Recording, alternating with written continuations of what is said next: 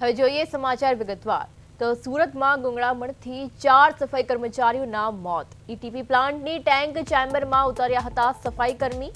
ઝેરી ગેસની અસરથી ચારે બેભાન થઈને ફસાયા હતા। સ્થાનિક પોલીસ અને ફાયર વિભાગ ઘટના સ્થળે પહોંચી હતી। સુરતના અશ્વિની કુમાર વિસ્તારની આ ઘટના છે, જેમાં ગુંગળામણથી 4 સફાઈ કર્મચારીઓના મોત નિપજ્યા છે। ઈટીપી પ્લાન્ટની ટેન્ક ચેમ્બરમાં તેઓ સફાઈ કર્મીઓ જે હતા તે ઉતર્યા હતા ત્યારે ઝેરી ગેસની અસરથી ચારેય બેભાન થઈને ફસાયા હતા અને ત્યારબાદ તેમનું મોત નિપજ્યું હતું। સ્થાનિક પોલીસ અને ફાયર વિભાગ ઘટના સ્થળે પહોંચી હતી। સુરતના અશ્વિની કુમાર વિસ્તારની આ ઘટના છે, જેમાં ગુંગળામણના કારણે 4 સફાઈ કર્મચારીઓના મોત નિપજ્યા હતા।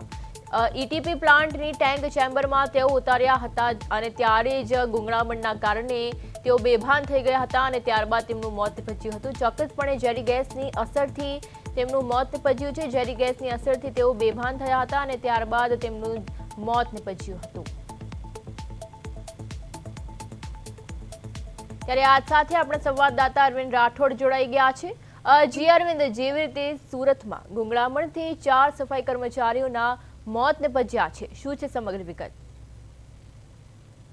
પ્રિયા, બિલકુલ જે રીતનું સુરતમાં આખું તંત્ર છે તે જણાવવાને જે પ્રકારે મજૂરોના જે જીવ લેવાતા હોય છે તેમાં વધુ એક ઘટના છે તે બનવા પામી છે અને જેમાં જે રીતે આખું ગેસને લઈને જે રીતે પ્લાન્ટની ચેમ્બરમાં જે ઉતરેલા 4 જે સફાઈ કર્મીના ફસાયા હતા અને ફાયરની ટીમ દ્વારા ઘટના સ્થળે પહોંચી અને 4 લોકોને બહાર કાઢ્યા હતા। અને બીજી તરફ આ ટાંકીમાં જે પ્રકારેની ગુંગળામણથી જે રીતે 2 લોકોના ઘટના સ્થળે જ મોત નિપજ્યા હતા, જ્યારે 2ની હાલત ગંભીર માનવામાં આવી રહી છે અને તમામને ચારેયને જે સ્મીમેર હોસ્પિટલ ખાતે ખસેડવામાં આવ્યા છે અને પોલીસ સહિતનો જે કાફલો છે તે ઘટના સ્થળે પહોંચી અને તપાસનો ધમધમાટ તેજ કર્યો હતો। પરંતુ મહત્વની વાત છે કે આ સફાઈ કર્મીઓને જે આ ચેમ્બરમાં ઉતરવાનો કોણે આદેશ આપ્યા, એટલે ચોક્કસ ક્યાંક ને ક્યાંક જે શ્રમિકોના મોતની કોઈ પરવા ન હોય તે રીતે આ તંત્રમાં નિર્દોષ 2 લોકોના જે જીવ છે તે ગયા છે।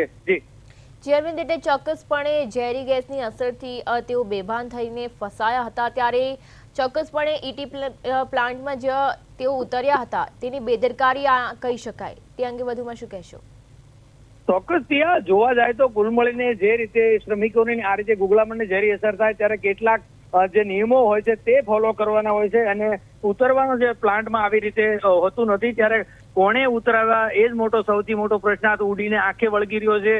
કારણ કે જે રીતે સફાઈ કર્મીને આ પ્રમાણે જીવના જોખમે અગાઉ પણ આવી ઘટનાઓ બની છે, છતાં તંત્ર કોઈ બોર્ડ પાસ નથી લીધું અને જેને કારણે આ રીતે શ્રમિકોના, મજૂરોના, સફાઈ કર્મીઓના જે મોત થયા છે ત્યારે ચોક્કસ હાલ જે રીતની ઘટના સામે આવે છે તેમાં ચોક્કસથી અનેક જગ્યાએ બેદરકારી હોઈ શકે છે અને તેના જ કારણે આ રીતની આખી ઘટના સર્જાય અને જે રીતે ગુંગળામણમાં મોત નિપજ્યા છે એટલે ચોક્કસથી હવે તંત્ર કરશે, લોકો છે, પીડિત પરિવારો છે તે ન્યાયની માંગ કરશે અને બીજી તરફ જે તંત્રનો રૂટીન સવાલ છે તે જ જવાબ હશે કે તપાસ કરીશું અને તપાસના અંતે જે નિર્દોષ છે કોઈ સમરબંધીને છોડવામાં નહીં, પરંતુ એ બધી વાતો ખાલી ખુફિયાની વાતો જ હોય છે, પરંતુ આ રીતે નિર્દોષ લોકોના મોતની તંત્રને પાસે કોઈ પરવા નથી એ ચોક્કસ છે તે સાબિત થાય છે। કારણ કે આવી ઘટનાઓ અગાઉ પણ બની છે, છતાં આ ઘટનામાં પણ આ ગંભીર મામલો છે તે અત્યારે જે 2 લોકો જીવન અને મરણ વચ્ચે ઝોલા ખાઈ રહ્યા છે ત્યારે તંત્ર કરે છે તો કરે છે શું? આજે રવિવારના દિવસે આ પ્લાન્ટમાં કોને ઉતાર્યા તે સૌથી મોટો પ્રશ્ન છે। જી અરવિંદ, એટલે ચોક્કસપણે આવી ઘટનાઓ ફરી ન બને તેના માટે તંત્ર કેવા પગલાં લઈ રહી છે? ચોક્કસ હાલ જે પૂરતી ઘટના અને જે રીતે મોત થયા છે ત્યારે તંત્ર અત્યારે સફાળું જાગશે, પરંતુ એ 2-4 દિવસ પૂરતું, બાકી ફરીવાર આવા ભોગ અનેક વાર લેવાયા છે અને લેવાતા રહે છે। એટલે તંત્રની જે રીતની ઘટના બને છે એટલે કે આગ લાગે ત્યારે જ કૂવો ખોદે છે, અલબત્ત એ સિવાયની ઘટનાઓમાં ધાક પીછોડો કે પોતાને મન માને તેવી રીતે જે શ્રમિકો, મજૂરો પાસે કામ કરવામાં આવે છે એ વાત સ્પષ્ટ સાબિત થાય છે। પ્રિયા, જી અરવિંદ, સમગ્ર માહિતી બદલ આપનો આભાર। તો જેવી રીતે સુરતના અશ્વિની કુમાર વિસ્તારની આ ઘટના છે, જેમાં ઈટીપી પ્લાન્ટના ટેન્કરમાં 4 સફાઈ કર્મચારીઓ ઉતર્યા હતા અને ઝેરી ગેસના અસરથી તેઓ બેભાન થયા હતા અને ત્યારબાદ તેમનું મોત નિપજ્યું હતું। चेम्बर का क्लीनिंग करते समय वो जो स्लज था तो उसमें एक आदमी गिरा था। उसके बाद में पता चला कि वहाँ पे 4 आदमी हैं और चारों को वहाँ से निकाल कर 108 में हॉस्पिटल में रवाना किया गया।